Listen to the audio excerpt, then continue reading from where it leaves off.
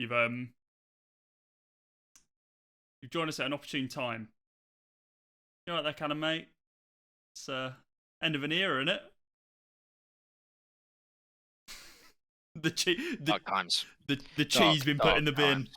And I suppose our surroundings bring us to a new place, a new era. Welcome back, ladies and gents, boys and girls, to another episode of CupofTCG.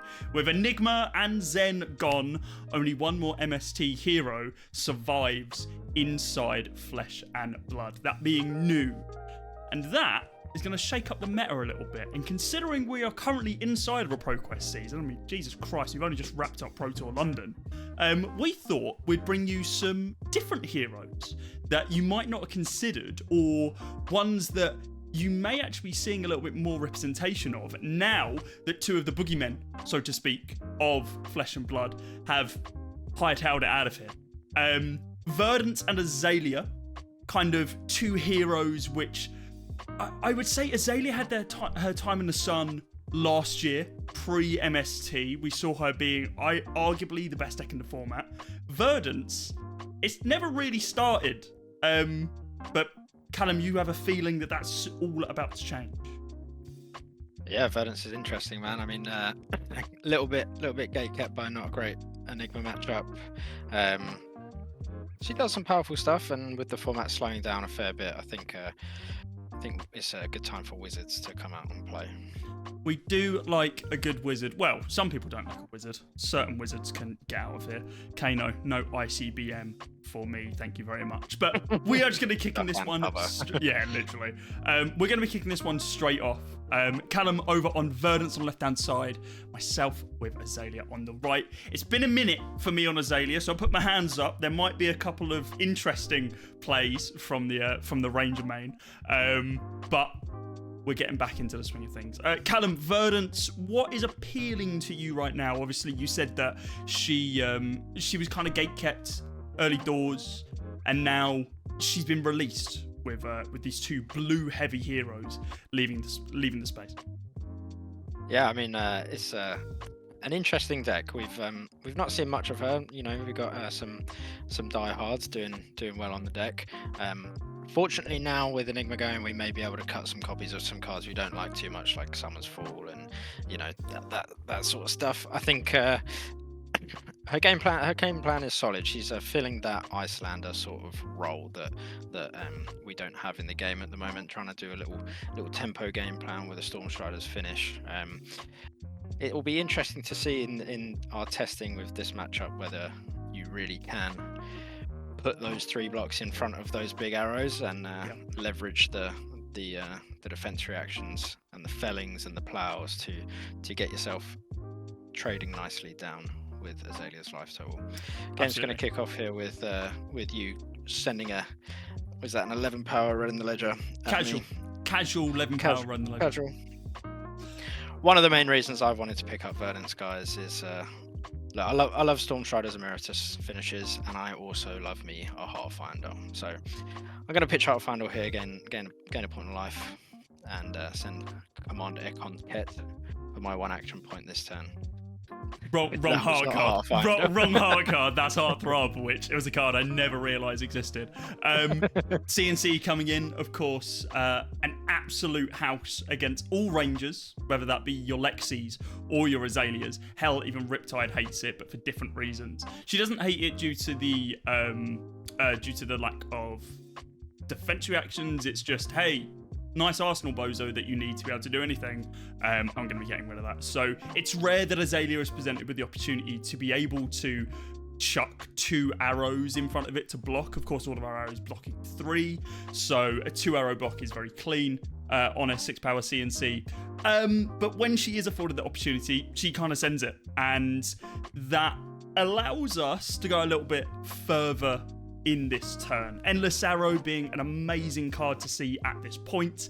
And there is a little bit of there are a couple of questions about whether or not this is a good time to potentially snaps and bullseye braces if it hits, but of course it does not. So forget about that.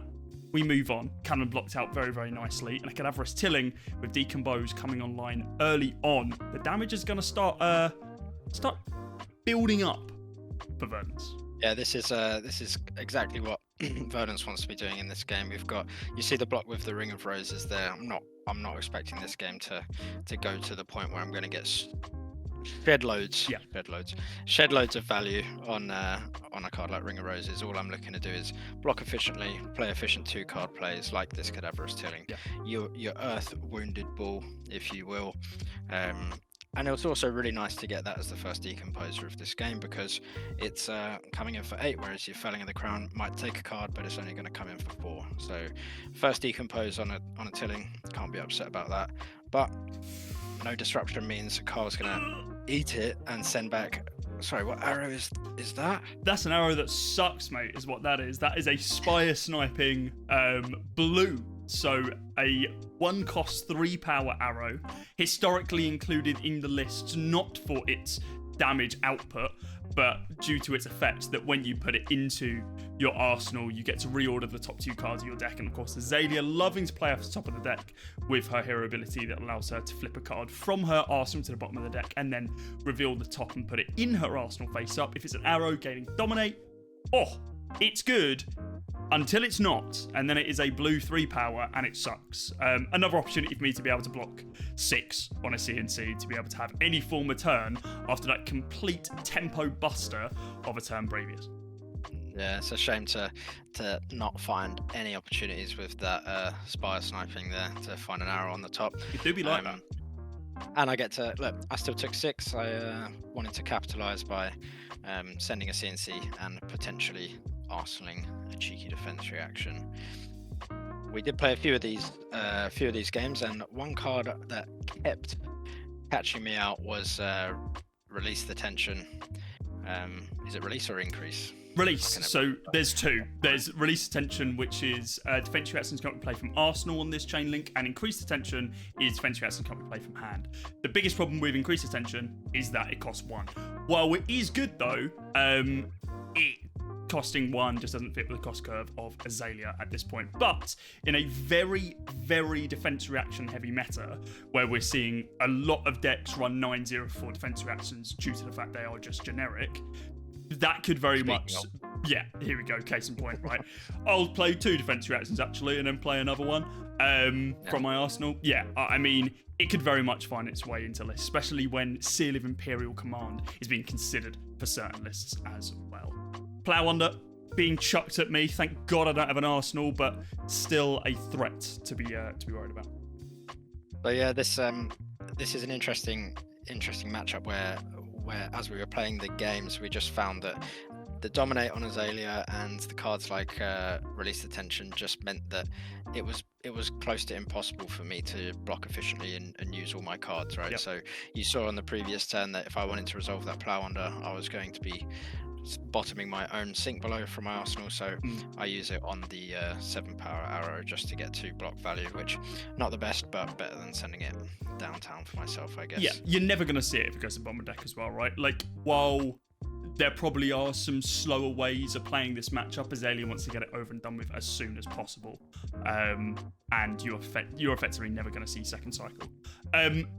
One of my favourite setups here of, hey, I'm just going to Azalea to be able to get another pump because I have a Codex, and then send 2 pumps and a Rain Razors, along with 1 floating, to just say, enjoy a nice big arrow, while still threatening some disruption here as well.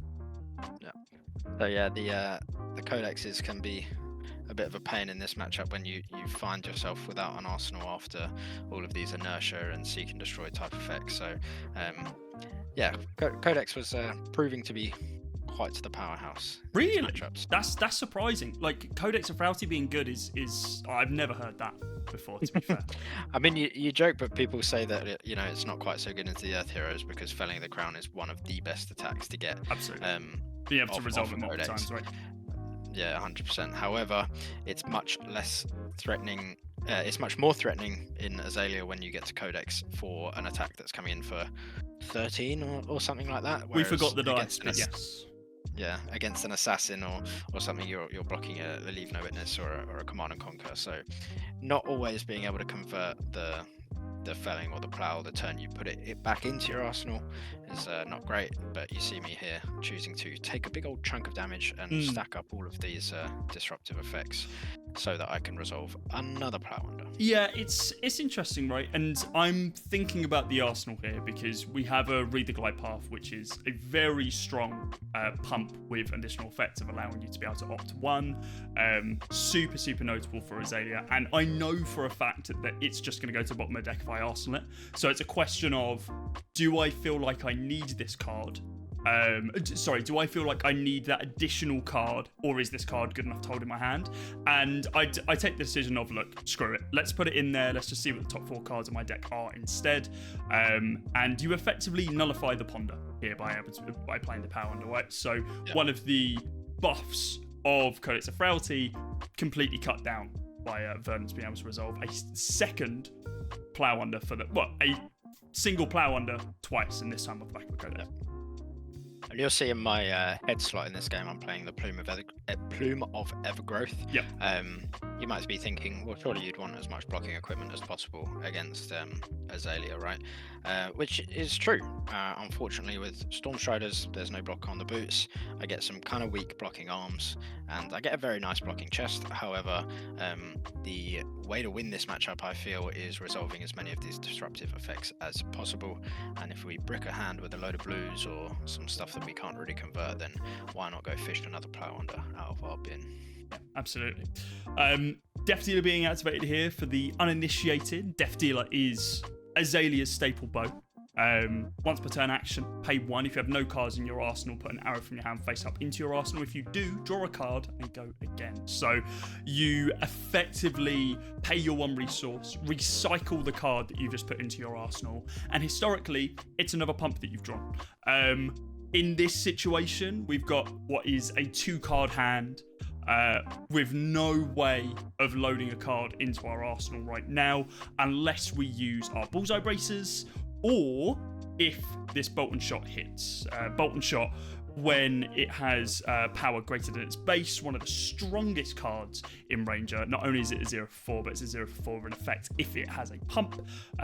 It gains Go Again, and then when it hits, reload. Reloading, simply putting a card into your arsenal. But when you have cards like Take Aim, you don't need to have any form of a reload. Yeah, so a really scary card, Bolt and Shot, for me to potentially deal with, where the potential for Azalea to go wide is scary because I don't know what could potentially be coming next, right? So here we get a little punished. We overcommit on the block to try and stop the reload, seeing that Death Dealer's already been used, and we get got by another Codex. So yeah, I'm gonna put that Plow Under straight back where it was last turn. However, I was quite content with the idea of playing this Cadaverous Tilling for a chunky 8. The main decision point here is the fact that because I was able to reload the Codex into my arsenal, I could activate my Skullbone Crossrat to find out what was on top of my deck. I've just seen a Remorseless there. Without Azalea being active here, I'm like, okay, I could play Remorseless with Dominate, of course, off the back of the pump. So we'll do a 5 Dominate on hit Ponder from the Premeditate that was played previously. Of course, a Ponder already being created from the Codex being played. But it is just flat out more damage to send the Infecting Shot here. The Infecting Shot coming in for 8 and then hitting, making a Blood Rot, effectively coming in for 10. If Callum wants to preserve 3 HP here, he can do. It's not efficient, right? Yeah, it's not efficient at all because you're still going to be taking the damage, and it's just not the play realistically. So eats it all, moves on with your life.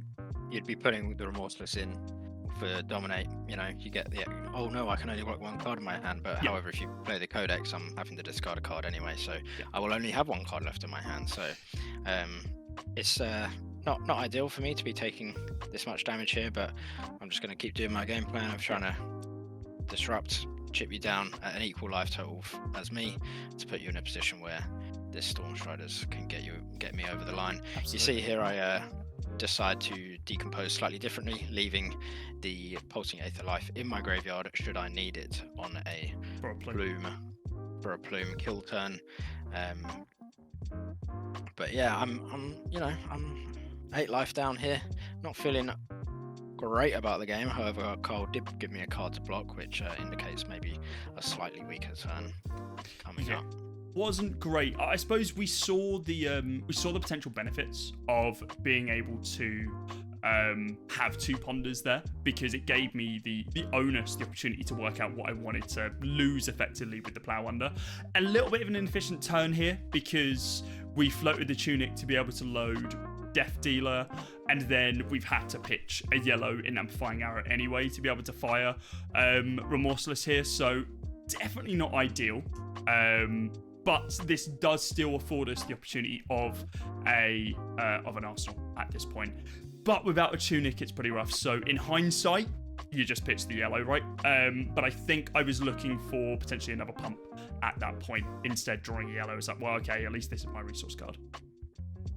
And this Felling of the Crown here for me has come at an ideal time. Yeah, Card really takes nice. a little bit of a stumble, not the biggest stumble, still presenting it 8 damage with the disruptive effect at me, right? But this is what my equipment's for. I'm going to prevent that disruptive effect and send something equally as disruptive back with this Felling of the Crown. Importantly, also putting a Felling of the Crown in my graveyard should I choose to plume that one back a little bit later. However, Carl says, you know what, whatever, don't care about your Felling. Here's close to lethal. Yep, here's a drill shot for 1 million damage. We come in for 10 off the back of a double pump. Actually threatening 1 above lethal off the back of the bottom shot as well, right? Off the back of the blood drop. So this 10 does need to actually be like completely committed to. You need to respect this a lot more than you would historically in this situation. Maybe a Kano in this situation just goes, okay, I'm going to kill you.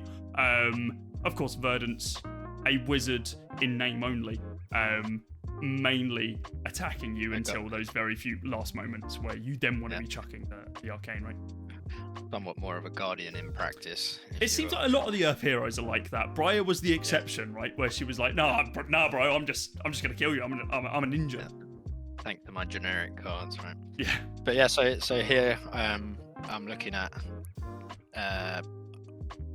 with Verdance, you have Storm Striders, and like Carl says, a Kano might try and kill you at this sort of point. But unfortunately, I do not have the reach on my arcane damage in this deck to get me over the line. Part of the reason why we're playing this Waning Moon in the deck here, just to try and get that reach just that little bit more. Now, as well as Carl said earlier, we're playing some new decks. There's a new format. We're playing some new decks, and someone might have missed the fact that there's a -1 counter going onto my arms here. Whoopsie daisy. So yeah, little inefficiency from me here. I'm not overly bummed about it because it means I get to keep my cards and I get to play another plow under. I'm going to keep decomposing these because I want to get my Verdance hero ability online, but just presenting 6 here.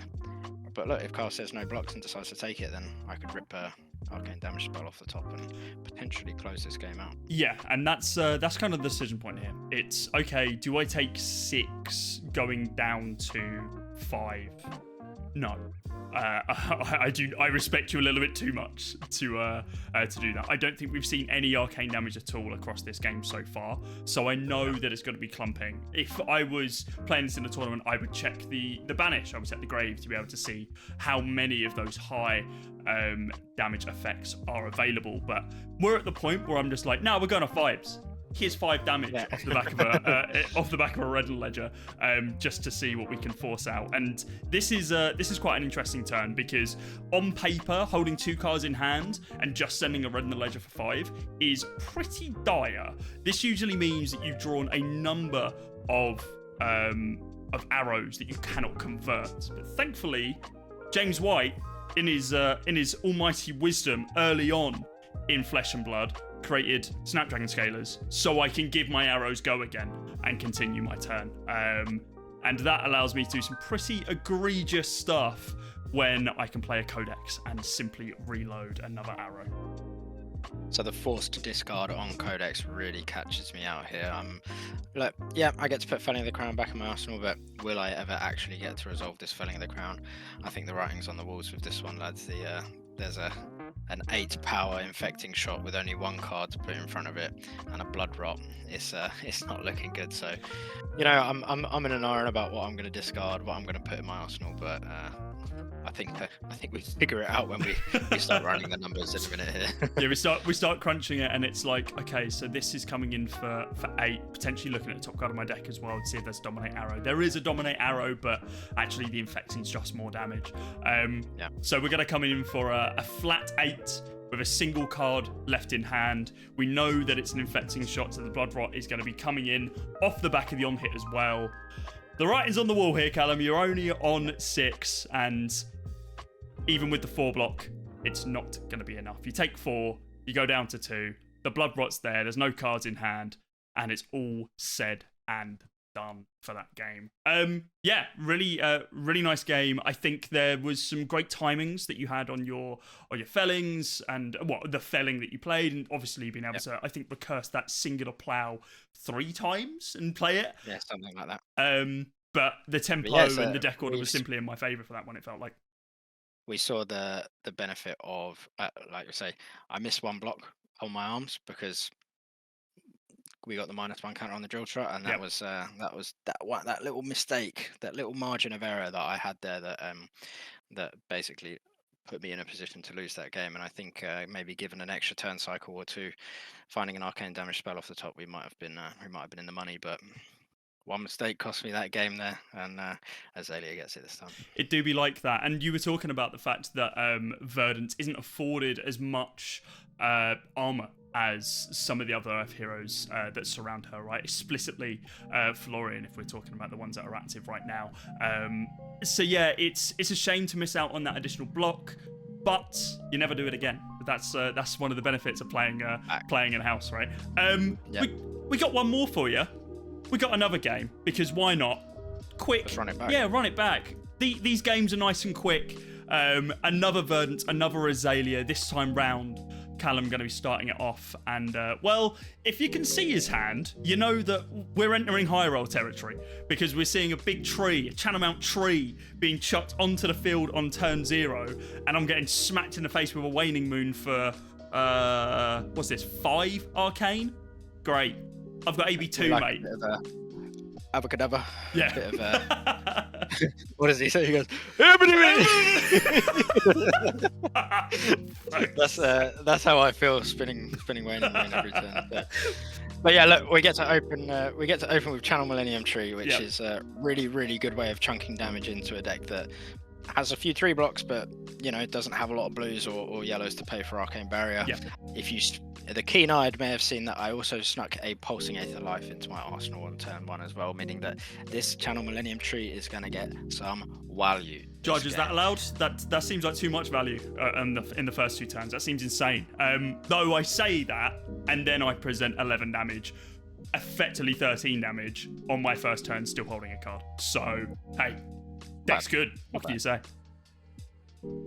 So yeah, I know I need to cash in the value of this Channel Millennium Tree, right? The more you get out of this Channel Millennium Tree, the better. So, you know, can we even keep it around for a 3rd turn maybe? You might be thinking, oh my god, he's blocking with a Felling in the Crown. But as we spoke about in the previous game, getting that Felling in the Crown into the graveyard for potentially a Decompose, or potentially recurring it later with Plume of Evergrowth, means that we can set ourselves up for victory later on. God. So yeah, we got Pulsing Aether Life here. We're going to resolve both sides because I have the yellow to pay for it. Why not? We're going to gain a life, and we're going to deal 7 arcane damage thanks to the Amp 3 from the Channel Millennium Tree. Painful. Very, very painful. If my maths are right, that could be a 1 for 7. But we've gone for the effective 2 for 8 with the heal, and then pinging me for an additional 2 with Waning Moon. Waning Moon, of course, Callum, give us a rundown. What does that card do? It's got a lot of text on it. So Waning Moon is a once per turn instant, costs you 2, and you can only activate it if you've played non-attack action. However, so it's going to deal 2 damage, 2 arcane damage, but if you activate it in your opponent's turn, it's going to deal 3. So it's like a snapback on board, if you will. Yeah. Getting to pitch into it last turn after playing the Pulsing Aether Life meant that I got to keep my Channel Millennium Tree around another turn. So this is what we're really hoping for to cash in on the ever-growing tree value. Big tree. Speaking about big value, we're doing another 11 damage turn here with an arrow, but this time it's got Dominate and it's Remorseless. We've got 2 separate effects on this chain link that say, actually, you cannot play defensive actions from your arsenal. Notably, there is no arsenal to be seen. So that's effectively non-existent. But with Channel Mount Tree staying around for I forgot how nuts this was actually. Channel Mount Tree staying around for a 3rd turn, and you know what? A second Pulsing A for Life is hitting me clean in the face for another 7 damage, and you're healing 1 again. Yep. So we basically offset the 1 damage that the Remorseless effect is going to deal to us, putting more Earth cards in our graveyard for when we eventually decide to start decomposing this game. And I think I might start doing that next turn with a cheeky Rebound Carapace entering the arsenal. Brutal. We've already seen a number of that defense reaction negation effects being played out from Azalea. Are there any more? Right now, we're just doing a Lace with Inertia. For the non-initiated, Azalea has this suite of laces, your Lace with Inertia, Frailty, and Blood Rot, giving you, on hit to the arrows, the effect of their namesakes. This time round, though, we are just going to throw the entire house at Callum, maybe even the kitchen sink as well. We play 3 Pumped and a Knock the Death Whistle, the one of Azalea's specializations. Allow me to search my deck for an arrow, reveal it, shuffle it, put it on top of my deck, and reload as well. So we've put one of our cards face down in our arsenal. We're going to be activating Azalea relatively soon. Trying to think about what the best arrow is in this situation. It's probably the one that deals the most damage, that being Infecting Shot. Yeah, by the end of these few games of practice that we had here, I was starting to get pretty sick of Infecting Shot. I've got to be honest with you. This card is, I remember when Lexi was reaping. All of the above. Oh, she did all 3 of them. Causing terror, whatever she was doing, was an absolute menace with this card. And I was reminded quite brutally of this game. Notably, I think I forgot some damage here. There we go. I put down 10. I'm counting up the numbers. Oh, yeah, actually, it's 14. Haha, tee. That would be nice. Yeah. 10 I could manage, but yeah, 14 Dominate. 1D react in my arsenal is probably not gonna help me too much. Unless it's an unmovable, no. You are. This is hitting, and you're semi-cooked. And you're actually only giving me the defense reaction from Arsenal right now with your first decompose on the root bound. Is there another one? Of course there is. It's an Earth deck. There's always a second defense reaction. This one coming from hand this time round, though. So, going to be blocking out 8, which is a very efficient 2-card block. Still going to be chunking a hell of a lot of damage and taking some on hits for your troubles as well. Yeah, so again, the Verdance sort of game plan, we're just trying to minimize damage here. We're as you saw that last turn, the Dominate basically meant that I was not afforded to block with every card that I'd like to block with in this hand. And I think if I remember my play correctly here, I'm going to try and capitalize on the Felling of the Crown that we put in our graveyard earlier on in the game. But again, as I said, not being able to block with every card in my hand means that the symmetrical effect of bottoming a card on the Felling Decompose is going to affect me as well. So, not happy about it, but you got to get the disruption in and keep trying to trade with the young Carl here. I mean, it's definitely a good way of trading. Coming in with a Felling, ripping a card out of my hand. We know that Azalea effectively needs that surplus card in her hand to be able to, arsenal it into next turn. You're effectively minimum mitigating an additional 3 damage, but we know that a strong majority of these 3 damage NAAs have on-hit effects. So up to around about 5 value with Felling of the Crown that you are taking away from Azalea, and potentially even bricking her turn as well if you do rip that one elusive card out of her hand, or maybe not bricking but certainly lowering the power level depending on the state of the game. We are just going to be coming in for a 7 go again here with a Bolt and Shot again, one of my favourites, a Lexi staple, and it's weaved itself into Azalea and Riptide, and I'm sure Marilyn when she releases soon as well. I'm going to go for the most efficient block possible here with the sink below, covering that 7 breakpoint. Nice, and protecting my armor so far this game. So I have a little bit, I've got a 4 life buffer. I sink into another sink here.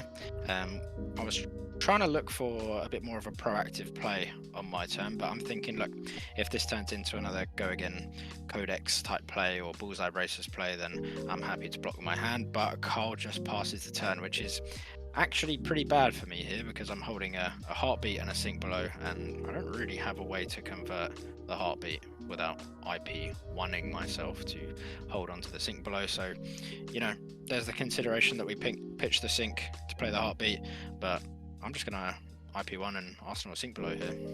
Yeah, we Arsenal a Lace with Blood right here, and I can't remember why he didn't just play it on the previous turn. I think there was a world in which I was like, okay, maybe we can go 2 chain links wide here if the first one hits, reload that bolt and shot into my Arsenal, and then I can still get that that value of having a card there for the next turn.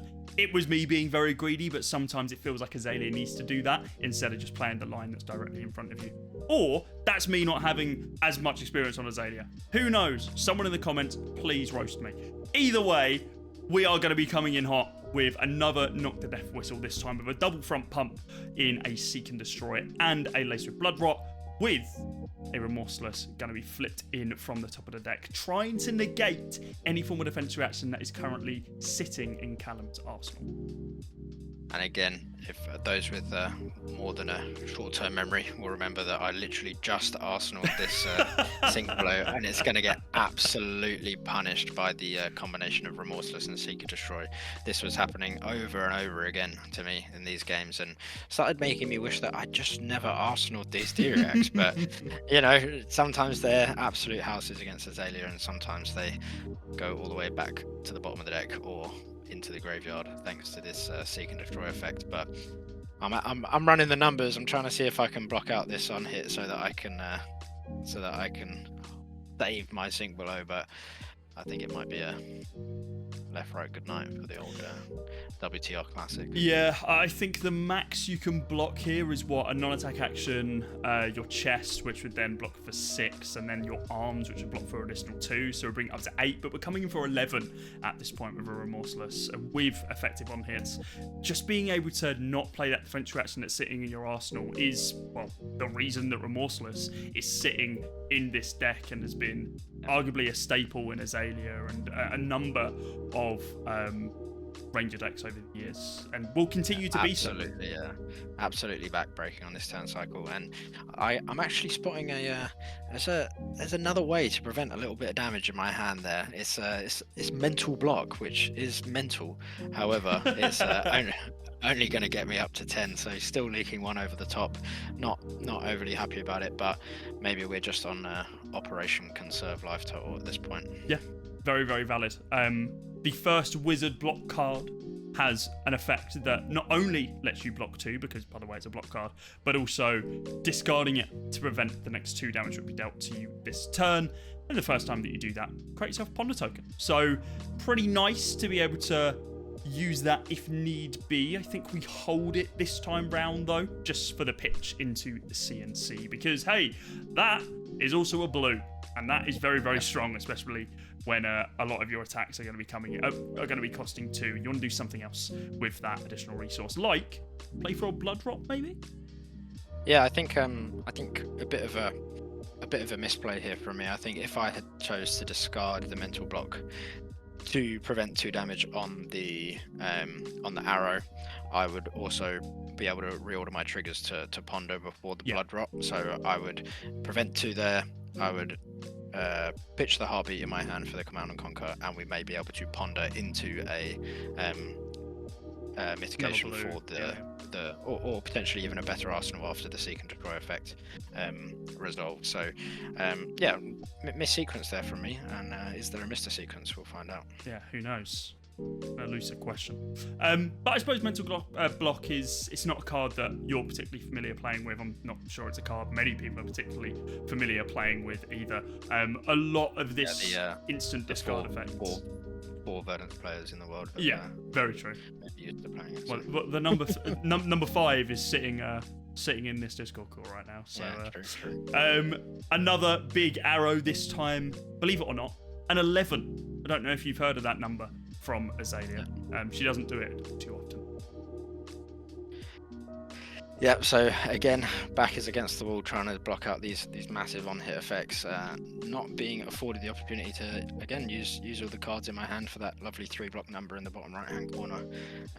Life total is getting pretty low, time to start cashing in this armor. I'm gonna throw everything in here. Yep. I think we are covering a total of 7 here. Yep.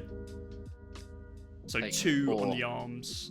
The embodiment of Earth being created to be able to bump up the Scour's block value as well from a 3 to a 4. Cover 7 keeps you in a pretty decent spot, honestly. 9 to 13, but still some chip damage to come in relatively soon with that Blood Rot Pox. However, Plow Wonder hitting the field, something that I may have to respect once again. Yeah, I mean, like I said, it's we're decomposing not for the ability, but for our Verdance hero ability. Eventually, hasn't had a massive impact, the Verdance hero ability in these few games, but cards like, you know, when you're not afforded to the opportunity to block with your whole hand, cards like Fruits of the Forest can get a little bit extra value. Going to reorder my my triggers at the end of the game here, at the end of the turn here, to not to lose the arsenal that I'm given from the ponder from the last turn's mental block. Yep. And yeah, we get 2 cards on defense from our young Azalea player here, so can't be upset about that.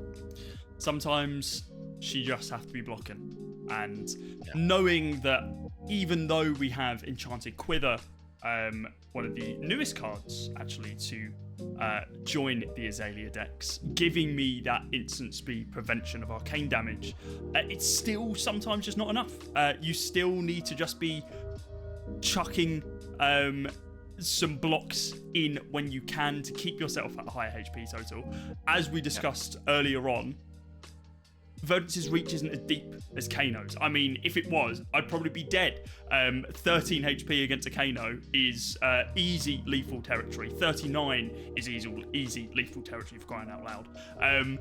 But when a Felling of the Crown comes in for 8 damage, it also asks a question of, wait, what the hell do I do in this situation? Because I need to hold some cards to be able to return something, but if I continue holding cards, I'm not going to be able to do anything. Fine, I'm just going to chuck this in front of you, block out 8, and pray to God you can't chip me down here with just some flat damage.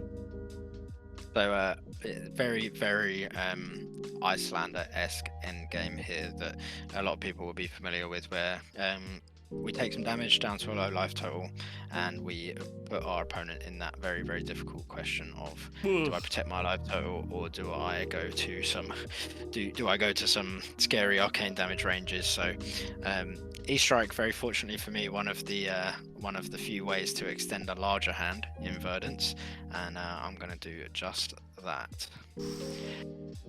And here is why we're playing Heartfinder in this deck, guys. We get to turn this 3 value blue into a 5 value blue by not only pitching to play this Cadaverous Tilling, gaining 1 life on the pitch, triggering Verdance's arcane damage ping as we pitch the card. It's pretty nasty. Yeah. I'm pretty sure I just eat this 1 arcane ping. Like, you can't mitigate that at this point, unless I'm thinking there's more to come. Of course, Waning Moon, not active, and non-tech action has not been played this turn. So it's just running through the thoughts, and clearly my ADD brain of spinning my cards around is making me think easier. But it looks like we're going to be committing at least 1 card, potentially even 2 here, just to be able to stem some of the bleeding, because that gap that I was able to build up has very promptly disappeared. And now I'm taking 3 down to 5 after having to commit a 2-block. And we have 2 cards in hand, 1 card in arsenal, 5 HP, and there's Stormstriders on the board. I mean, this is scary, scary times, and sometimes just got to push. We shut the double pump down, and Callum says, wait a minute. Give me a second. Let me crunch the numbers. Yep, so last turn we arsenal a whittle tiny arcane damage spell in the Aether Arc. However, fortunately for me, we draw into draw it into the classic blue Emeritus Scalding, which is going to be one of our most efficient damage spells for my opponent's turn. 4 Arcane here. Cole has an effective Spell Void 1 and AB 1 on the board with that Tunic up. So he's gonna mitigate 1, go down to 2, and our lovely Waning Moon is going to deal 3 damage, putting Cole in exact lethal range for me here. So yeah, very, very Icelander-esque endgame there, resolving cards like your E-Strikes and your Wounded Bulls, but for Earth heroes in the Cadaverous Tilling, to rip cards out of hand on my turn and put Cole in a position where he doesn't have the defensive tools on his own turn. Yeah, very difficult. There's for sure some interesting play patterns and potentially some learnings that watching these games back has taught us. For instance, I think one of the things that I should have done there flat out was activate Azalea. It would have been blind because of Skull Rat being gone. However, potentially getting that arrow into my arsenal, giving me the prevent 2 on the Enchanted Quiver would have actually kept me in that game. Playing a little bit too loose with the HP totals towards the end there. But of course, that's kind of the game that Verdance wants to force you to play. She wants to force you to be into that point where it's like, I die to physical damage or I die to arcane damage. What one's worse? Either way, death. So 100%. Yeah, a few fun games. We played a couple more than these as well. There was a pretty rough game for me where I drew both of my Seeds of Tomorrow on one turn with no arsenal. So that didn't feel good. And funny enough, that one's not ending up on the channel. But, oh really? Well, yeah. I can load it up now if you want, mate. That's fine. but on the flip side of that as well, like we also had some games in which it felt almost impossible for me because your arcane damage lined up early on, where it's like, I'm just at such a low life total because of only having AB2 and like 90% of my deck being red that I just can't mitigate this damage. And Arcane Quiver is there realistically as a failsafe. It's not there to win you these matchups. It's a, oh my good god, get the hell out of this situation for like a Mind Warp or something that's truly going to be debilitating for a deck like Azalea. So yeah, it feels very close, and we were having a discussion on the day. It feels close in the matchup, like win percentages, but the games themselves, Verdance will either win pretty hard or play closely to her game plan and win that way, or Azalea will go 14 dominate, 18 dominate, ha ha ha. So it's very much an interesting matchup to keep your eyes on, because these two decks, as we mentioned earlier on, could very much start climbing up the ladder now that we've had certain blue boogeymen disappear. Prayers up. Yeah, prayers. Well, not really. Zen can get stuffed, and Enigma's gone. And listen. I beat one Enigma at Pro Tour London, and that's all I needed. That was my gap enough to stop them in the calling. But sayonara. Yeah, my sayonara. That was a great game too. Nice, Callum. Thanks for joining us as always. Any final thoughts before we close out, bud? Yeah, I'm really looking forward to seeing what the format does for the rest of this ProQuest season. I think it's quite the time to be alive in Flesh and Blood. The MST heroes have been somewhat of a menace for the last year, and times are changing, and we have maybe a few Earth boogeymen to deal with now. Yeah, absolutely. We have to wait and see. Jarl is kind of in the background, and someone's cooking up a crazy CYB list that's going to make me want to not play Flesh and Blood. But you know, that's the game we play, and you've got to play into those combos. And please ban CYB, get that thing out of there. Thank you very much for watching. We'll see you very, very soon. More games soon, and potentially me and Callum on a different channel casting some games in a UK league. Who knows? Follow our Twitter and you'll find out what we're talking about. We'll see you in a bit. Peace.